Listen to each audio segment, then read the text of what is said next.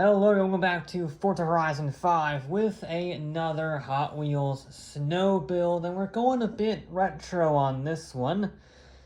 We already had a wide body kit as an option on the Civic, and this Lotus comes with a different type of wide body kit, because not only is it wider than a normal Elise, it's also significantly longer. The GT1 variant doesn't have much in common, if anything, with a normal Elise, but it is a very underrated vehicle that, well, to be honest, out of the GT1 Legend, it was probably the worst.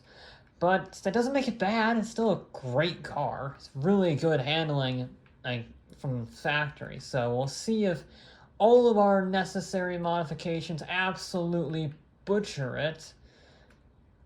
But that's not my biggest concern. My biggest concern is that we're already in S1 class, and we have just 350 horsepower. And we haven't put brakes on, we haven't put the weight reduction on, we haven't put any of that stuff on. So this is not going to be very powerful. Now, it didn't matter for the Fiesta, but yeah, I feel we may have a Ferrari situation. We are extremely light, 2,000 pounds on the dot. We won't worry anything about that for right now. We'll put the race diff. I don't really think it matters all that much, but I just want to make sure. I'm just going to throw the 7-speed in as a safety net because, you know, every car I've built so far has needed that. Oh, we are rocketing up in PI. We're already basically at the top of S1. You haven't even... In fact, there we go. That's not a lot of horsepower. Oh dear, I can't quite get it below 2,000 pounds. Is there a way that I can? 365. That actually adds PI because it lowers the weight. Well, that's unexpected. Can I do a sneaky bugger? No, I mean, I could, but it doesn't give me any benefit. Interesting engine swaps, not really beneficial. That does give me more torque, though. Gives me a little less horsepower, a little more weight, but more torque. I think I want that. I think I'm going to go for that, actually. I think I'm going to go for the torque. And then we're going to drop the weight down a little more. And then a little more. That gives me that much. If I put this on, that's actually below, or that's actually above our threshold. We can't do that. There we go. Okay, so our V8 powered, naturally aspirated V8 powered Lotus has 540 horsepower, 480 torque, so much better on the torque curve than the previous. And it weighs just 2,020 pounds. That's not a good omen. 2020 was a really bad year. Hang on. There we go. Just so we don't have the curse. Actually, I can make it even lighter then. Alright. There we go. There we go. So we have 2014 pounds. 2014 was a much better year. We'll go with that. Okay, the John Player Special Lotus GT1 car is going to have to try to beat the Fiesta Rallycross at a 219.8. I have my doubts because the Fiesta was already underpowered. It's at 600 odd horsepower, and this is over 100 horsepower down on that. It should be very grippy, and it is very light. It's even lighter than the Fiesta, but I think it's just way too far down in power. We're going to carry maximum speed. I'm just not sure that it can do it. I'll give it a good shot, though.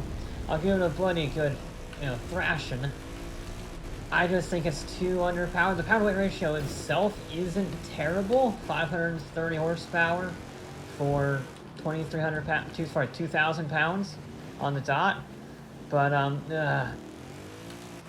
don't know. It has the aerodynamics going for it. It's got a good amount of aero, especially the rear wing generates more downforce than the Forza wing because it's a stock GT1 car essentially. And it has massive tires that caught me out and I gripped into a wall. And it's, a GT1 race car. It's a road car in the same way that the Mercedes CLK GTR was a road car. It's not. I think they built one of these, so I guess the Mercedes is more of a road car, so I guess the R390 would be a better substitute for that. Yeah, it's a race car, pure and simple. So it has that going for it in the engineering department, so it is very grippy. I just think it's going to struggle too much on the bumps. I don't think it's going to have the acceleration required. We saw the Honda was hitting over 120 on this hill, and we're doing 114. I guess that's terrible, given the horsepower deficit. And it means we can get a nice, easy landing zone. No issues without breaking yourself because you're flying off the track. But, I also have to wait and see. This run isn't going to be brilliant because I bounced off that inside wall and I ran a little bit wide on the ice section. But it should be an average indicator. And we seem to have a pretty good time going. Yeah, it's going to be about a 222. Yeah, there we go. 222. That's a pretty good time, all things considered. That's a pretty good time. It's slower than the M3, but it's already beaten both of the Porsches. It has potential. It has potential, but you need commitment. Okay, second attempt. We're going to play it clean. Going to play it safe. No crazy sudden movements or anything like that. Very chill, like 90%. This is going to be a car about carrying the speed, being smooth. Smooth is fast in this case. It doesn't have the brute power out of a corner, so we have to get each apex spot on. And if we can do that, we can probably shave at least a second off. At least a second. So that'll put it in contention for a podium fairly easily. Which is kind of surprising, given the horsepower. I know this is not a very straight line speed orientated circuit, certainly compared to the previous Hot Wheels build series, both on Horizon 3 and on this game. But yeah, I thought it would be a little horsepower dependent, and I think the Civic more and more becoming into the Civic was an outlier. The Civic was brute power and a lot of insanity, because it weighed absolutely nothing and it made 1,000 horsepower near enough. Or did it? Or did it make 650? I don't remember. It might have made 650, but even still, the power-weight ratio is off the scale by comparison. And I think that was an outlier in that sense of power-weight ratio being king.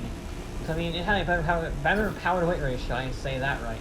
Had a better power-weight ratio than even the AMC, and that was a 1,000 horsepower muscle car.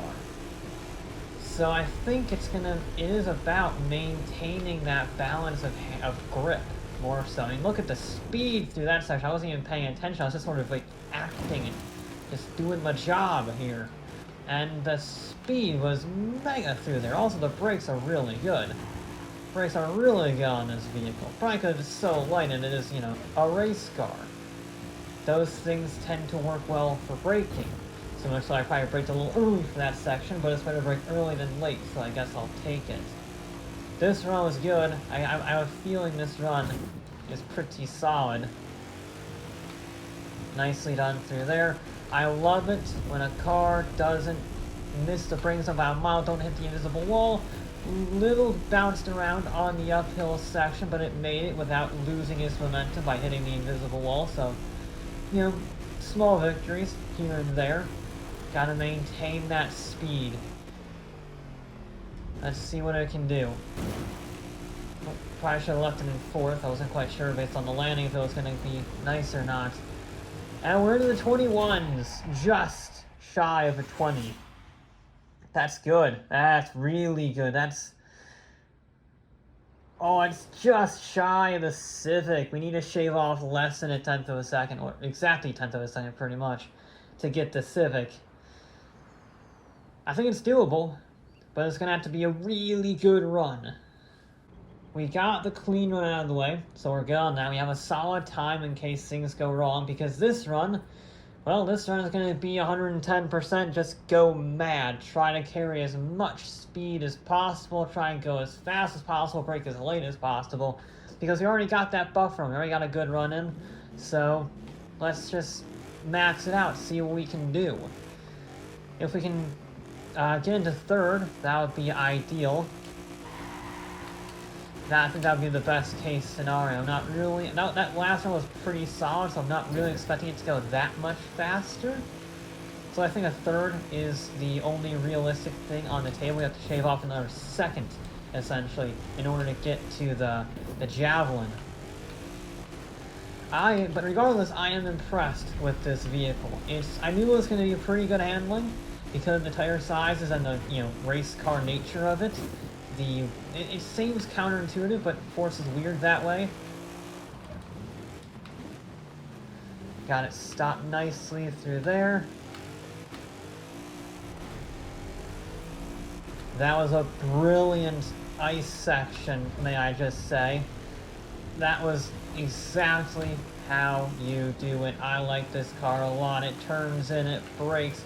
It doesn't have the same acceleration, but it can make up for it by carrying the speed. Corner speed is, gospel to this vehicle. And I like cars. Ugh. Almost missed that checkpoint. That like to carry as much corner speed as possible. It's very rewarding in the driving experience because you do have to be on your A game. You do have to be able to thread needles. You gotta, cut corners as much as you dare to get the best possible line. And you gotta brake as late as you are. So it is a very intense driving experience, but one that is very rewarding when you get every corner spot on. Like that. So far, I'm really pleased with this run. Are we going any faster? No, we're not. I was curious, maybe if I shifted up into 6, I could get a few more miles an hour out of the V8, but it was not to be. Another brilliant section. I think this is the best run I've done in a very long time. So provided I don't roll off of this ramp, this will be very quick. I think we beat the Civic. I almost said the Fiesta. I think we beat the Civic. Oh my god. We did a 219. Well, we beat the Fiesta as well. I misspoke, or I caught myself from misspeaking when I said we'll beat the Civic. We beat the Fiesta. We beat the Fiesta by over 0.3 of a second, a 219.5 on the dot. Whereas the Fiesta did 219.8. That's a really good car. Yeah. Okay. That's crazy. Well, after the first run, I figured it would be good, but I didn't think it would be good enough to beat the rallycross car. Oh my god. That's the best thing I think I've ever seen. I'm at a loss. I am at a loss. I don't understand how that works, but I am eternally grateful that it does. So yeah, the Lotus wins. The Lotus is now our leader. Not by much, 0.3 of a second, but it's 0.3 faster than everything else. So there you go. That is the power of grip, because it is the least powerful car here. It's half as powerful as a Javelin, half as powerful as a Ferrari. That's a seriously impressive time. I'm not going to make any bets about whether or not it will stand, because I didn't think this would beat the Fiesta. And yet, just, 3 episodes later, it beat the Fiesta? So, there you go. That's crazy. That car is just so good to try. It's so well balanced and composed. It doesn't make any mistakes. It got bounced around once on one run up the hill. Everywhere else, it was perfect. So there you go. That will be it for this episode of Forza Horizon 5. I'll be back with more